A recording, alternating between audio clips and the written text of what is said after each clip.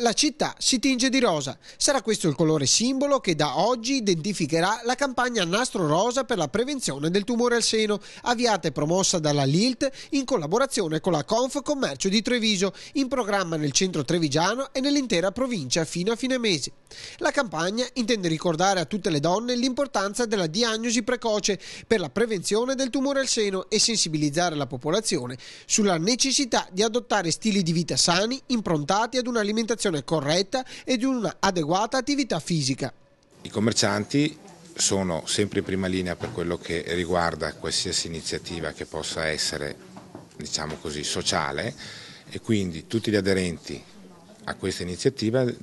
metteranno a disposizione gli incassi dei weekend del 6 e 7 e il 12-13 nella misura di un 5% a favore della LILT. A Treviso la LILT ha dato vita ad una proficua collaborazione con la Confcommercio che vedrà il coinvolgimento degli operatori commerciali trevigiani. Per 2 weekend di ottobre, 6 e 7, 13 e 14, i negozianti del centro storico aderenti al progetto Shopping Ideale devolveranno parte del ricavato alla LILT con l'obiettivo di sostenere la battaglia contro il tumore al seno. Ma lo sforzo per sostenere questa battaglia sarà diffuso all'intera provincia, con ben 9 monumenti importanti in varie città che verranno illuminati di rosa, a cominciare dal centro cittadino con l'illuminazione della Teresona in piazza Indipendenza. Prendersi cura al giorno d'oggi di queste pazienti non vuol dire farle guarire solo del suo tumore, che grazie a Dio la maggior parte in questo momento guariscono del loro tumore,